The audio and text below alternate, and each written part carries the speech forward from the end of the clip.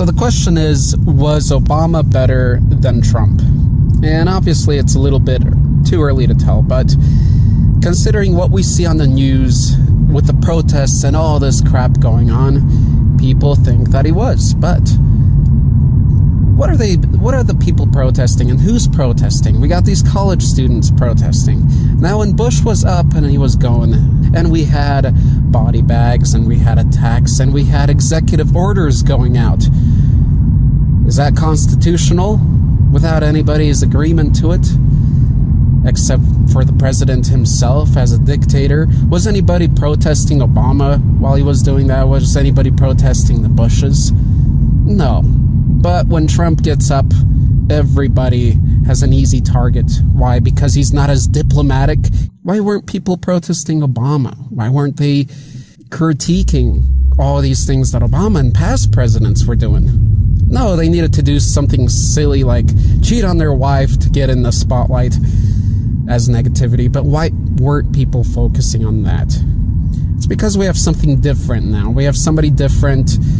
Is this a good person? No, he's still a dog, but he's outspoken, and he's a different mentality, and maybe is not as fake, or obviously, or in the same way fake as other, or as previous politicians were. Trump, that is, I'm saying. No, he's outspoken, and he's a different kind of dirty. He's an obvious kind of dirty, and as they say, what we see is what we get with Trump. We didn't quite with the other presidents. We don't quite with Hillary. Unless you start to figure these things out. Then every smile you see from her, you see how nasty it is. And I hate using the word snake because I love snakes and I love animals. But it's that kind of snake, as in the negative psychology of it, mentality that we see in politicians and people like Hillary. How they can smile while they do something disgusting and they hold various nasty secrets. Now Trump, sure, he's not perfect. He's not near perfect. He's actually scum as well, but a different sort of scum. And I would say not quite as, corrupt as the other politicians. Not to that level. He's corrupt, sure. Most, if not everybody at that level of financial richness on this planet is corrupt, absolutely. But is he as corrupt as the major politicians? I would say not yet, at least. I do think he will become that level. I don't think he has a choice being in office. Either become exceptionally corrupt or become dead. I think those are the two choices they're given for the most part. So I think Anonymous put it decently as far as Trump is an easy target. Let's give him a chance. I don't know about that. I don't think he will be great, but he will do what he will do because it's not necessarily his choice even. He's a puppet, and we have to come down and remember that presidents are speakers. They speak to the public. They're not necessarily the ones that make all of the decisions and judgments. Sorry about that. Just got a little disconnected. I got a phone call, and I am recording in my car. And I could have had the camera on me, but I figured, you know what? It's not going to be the best quality. The sound is, and the content is what's important here.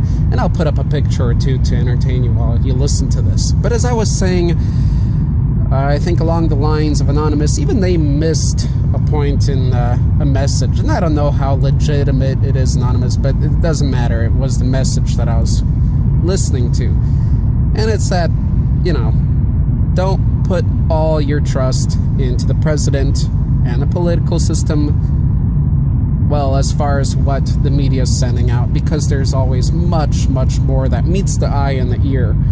So things are going to get done, and it doesn't matter who the president is. It's what the agenda is, the intentions behind it all.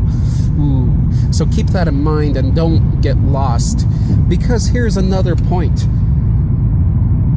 And that point is people are arguing, okay, so I have people that are supporting Trump, there's people that are supporting or Hillary, or neither. Okay, so what I'm trying to say is we've got a huge division here, obviously, and we see it as the main media on the TV media has been against Trump, more for Hillary. Okay, sure, I can see that.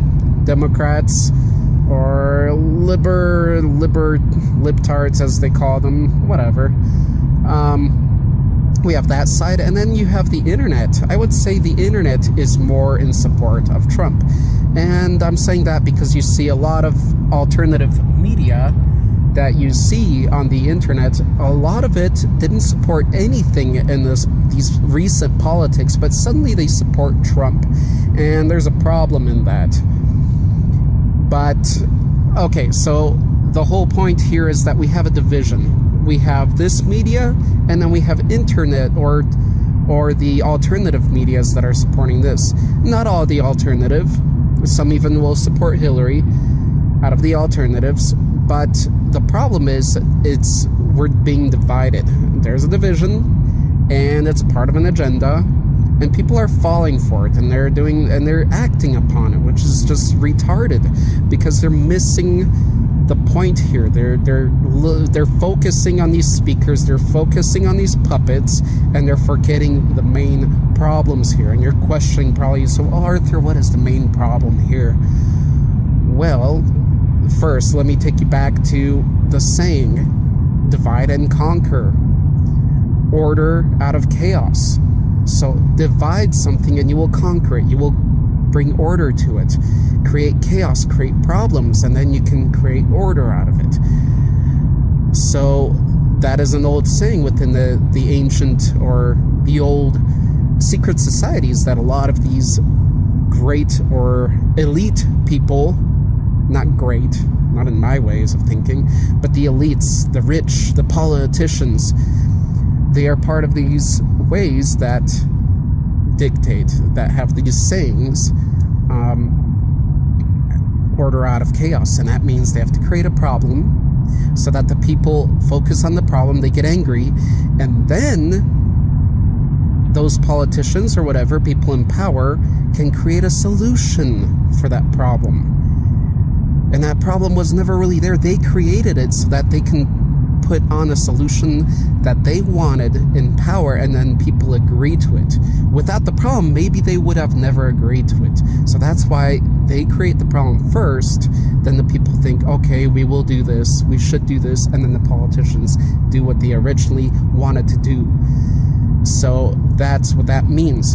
And back to that question that I said that you would have asked me if we were actually having a conversation, and that is, so where is the focus then? If we're not supposed to be focusing on these two different sides and division, then what? Well, the problem, as it has always been, is not between race. It's not about different genders and styles or ways of thinking. It's, well, ways of thinking, sure.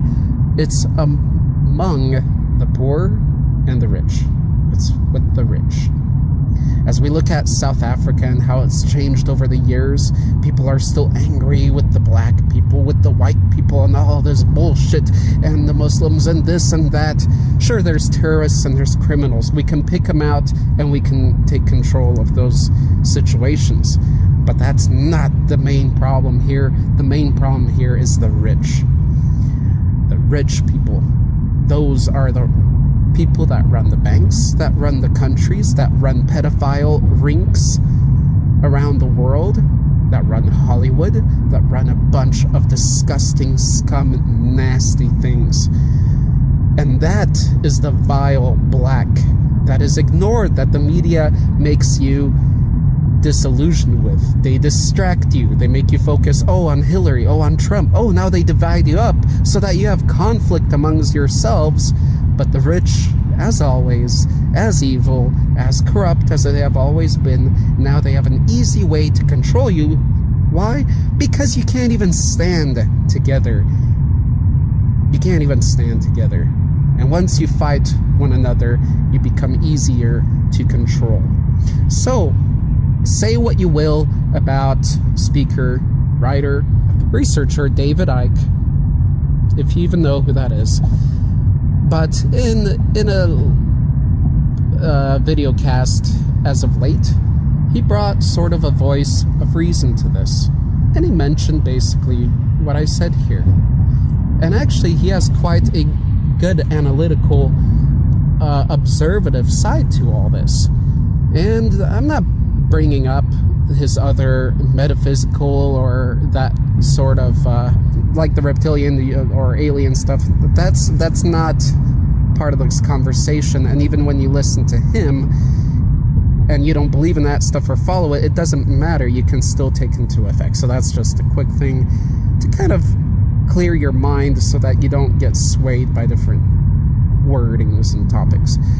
But he did bring up a good point, and that was that the media is divided, the people are divided, but everybody's missing the point. They're fighting each other, and the point is, it's always been about the elite, the top of the top, darkness, the blackness, the secret stuff that goes on in the background, and it's largely run by money, by bloodlines. That is true. There is no conspiracy there. So, wake up. Stop thinking, oh, it's Trump, oh, Hillary would have done that, oh, we dodged a bullet with Hillary, oh, we dodged a bullet with whatever, okay?